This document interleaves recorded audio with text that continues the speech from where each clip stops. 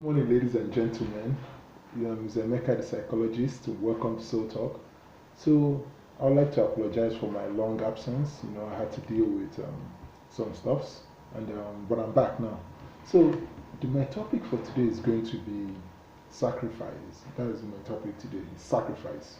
So, when I think of the word sacrifice, the first thing that comes to my mind is like Nigerian movies where they have maybe somebody they're going to sacrifice to the gods to make things better for the community, and everybody's like carrying the person to the shrine, and people are crying, and the person maybe does not want to get killed for something that he's responsible for or may not even be responsible for.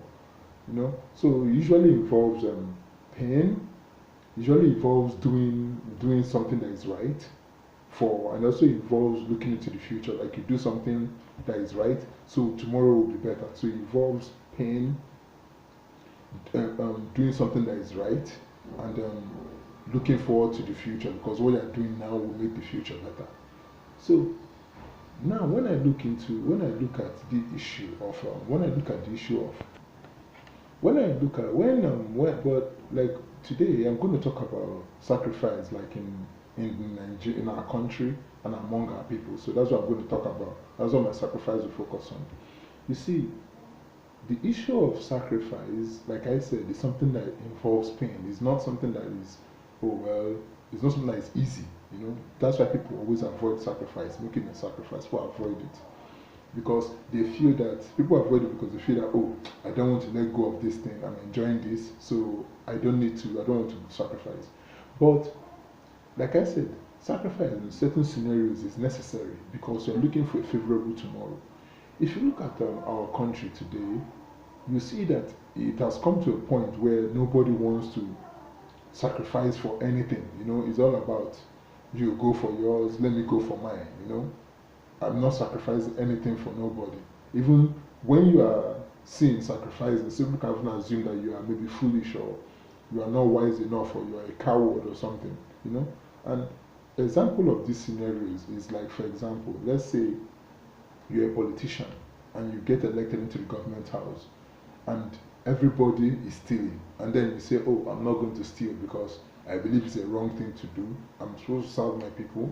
When you say it among other government officials, they will think maybe you are either lying or you are a fool or or you are very afraid to steal. That's what they will think. But that's not necessarily the case. That's not necessarily the case. But that's not necessarily the case. Like I said, in this country, we don't want to sacrifice. Even if you take something as common as driving on the road, some people, like if you're driving in Lekki and some other places in Lagos, some people will not allow you pass. They will want to pass. They will make sure they block your path so they go because they feel where they're going is so important, and where they're going is trumps every other person's activities for the day, that their own is so important and they have to get there. Look at the downfall drivers, look at the Okada drivers. You can see it that nobody wants to sacrifice for anybody. And this problem exists in the micro level, but in the macro level it's the same thing. The politicians feel, oh, I've been elected into office, let me steal as much as I want so I can go away and make enough money for my children. So the idea of even doing the right thing is no longer in play anymore because it's all man for himself. You understand?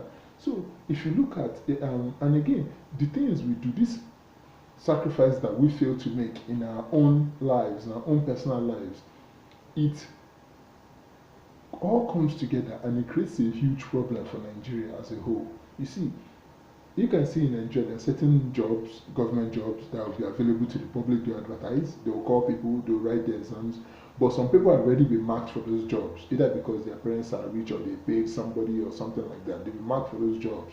So what they do is they make sure that everybody writes the exams, and at the end of the day, they pick those people that have already paid. So to one person, oh, I'm making money here, oh, I've made 50,000 from this small thing I did now. But you block another person's opportunity to contribute. Somebody that may have a genuine, honest intention to contribute to the government, you block the opportunity and you say, well, I'm just making a buck, it's nothing big. But you do that, and that person does this maybe in the hospital, and that person does that in government, and all this little self-interest, benefiting ourselves ahead of the rest, it creates a huge problem for the country. And that's why I want people to know. You know, what you're looking at is, oh, if I do this thing, okay, if I take this person's name, I'll get 50,000. Okay, that is okay. There is nothing, I didn't do any harm to anybody. But there is somebody that actually made that position and you have sold. And if you look at it, if you are applying for other jobs and some people are given the jobs just because they know somebody, there's somebody out there that doesn't know anybody that is qualified for that job, but you neglect the person. And at the end of the day, what you realize is going on in Nigeria is the youths cannot participate because the system is run in a way that makes it very, very difficult to survive. And that is the truth. It's the truth that people don't want to talk about. It's the truth that our parents don't want to talk about. It's the truth that the pastors and everybody don't want to talk about. Everybody is always saying, oh, the youth do this, do this. But the truth is, we have created a very difficult environment for our youth to thrive. So are we not surprised where some people go and do the wrong things to make money? Are we surprised about that? We have set the stage. And this sacrifice thing is very, very important. And why is it important? Is because as the people that are living in this time, we have to sacrifice for the next generation. And if you look at Nigeria, nobody is interested in the next generation. We are much more interested in, let me get my own, let me get for now. Because the way we are living a day, we are living every day like it's our last day. You hold money, you steal this day, and then tomorrow you believe you don't have any plan, the country does not have any suitable plan for the future. We just make sure that we live today, and then when tomorrow comes, we deal with it. That's our approach in Nigeria. Or we do this, when tomorrow comes, we deal with it. If you ask us, what is our 10-year plan in the country? There is none. A country where nobody is willing to make sacrifice, a country where we don't want to plan, a country where we're always planning at the last minute or doing something at the last minute. What happens one day when our last minute planning fails us? What happens when our last minute planning becomes like INEC elections where in the last minute they change it? You see, sacrifice is something that is important, and we as a people, we have to participate in it, because we should be much more cautious, because by participating and by sacrificing in our own little way for the betterment of the country, we will create a favorable future for the young ones that are coming.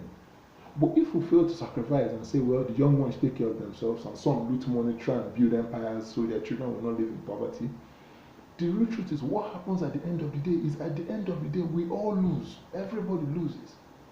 We cannot have a country where everybody is selfish and we expect the country to thrive. It's not going to be possible. Because if I'm selfish, you're selfish, everybody's selfish, then there is mistrust because we can't trust each other. And then all the other nonsense that comes with selfishness ruins everything. So as a country, we have to, as a people, we have to learn to sacrifice in our own little way. Any little way you can sacrifice, even if it means not taking bribe, even if it means doing the right thing. When you see someone doing wrong thing, you say, oh, this is wrong. Even if it means as a downfall driver, not increasing your fare because, oh, everybody's charging 150. So you now charge 150 when the trip is actually 100 naira. You say, oh, I'm making 50 bucks. We are contributing to the problem. Because I've seen it before. The woman that is selling pepper, she put they charge her 200 extra instead of the amount they're supposed to charge her 200 extra. Then she takes the tomato, goes to the market. She has to add that 200 that they charged her. Then the person that buys the produce buys it with the 200. That person goes, maybe sells it. Understand? Sells it with the more money and put more money on it. And at the end of the day, the problem is that we don't see how we are connected. Everybody's out for themselves, but when I do something for my own interest and that person does it for their own interest, at the end of the day, nothing will go on in this country because everybody is looking out for themselves. So what I'm trying to say as a people, we should practice sacrifice. Even if it means in your own little way, even if it means not taking bribe, even if it means giving the person that got the job his job and not selling it, even if it means that someone that works in Unilag, making sure that people that actually pass the exams and meet the requirements are given given admission, and not admission is not being auctioned to the highest bidder. That is really, really important, because if we learn to sacrifice in our own way, this country can be better. And that's what's important. We'll make it better for ourselves and even for the young ones. Because the way the country is being run now, the young ones are in trouble. They're in serious trouble.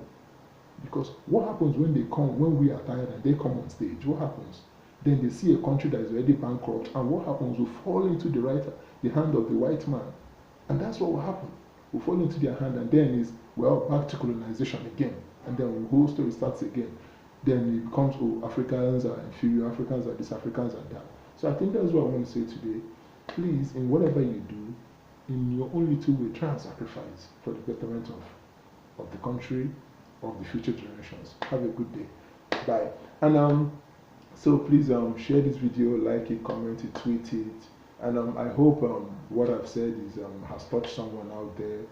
So it's something that we need in this country. Selfishness is not getting us anywhere. Maybe it's time we try sacrificing. Just a little pain, so tomorrow can be better. Okay? Have a nice day. Bye.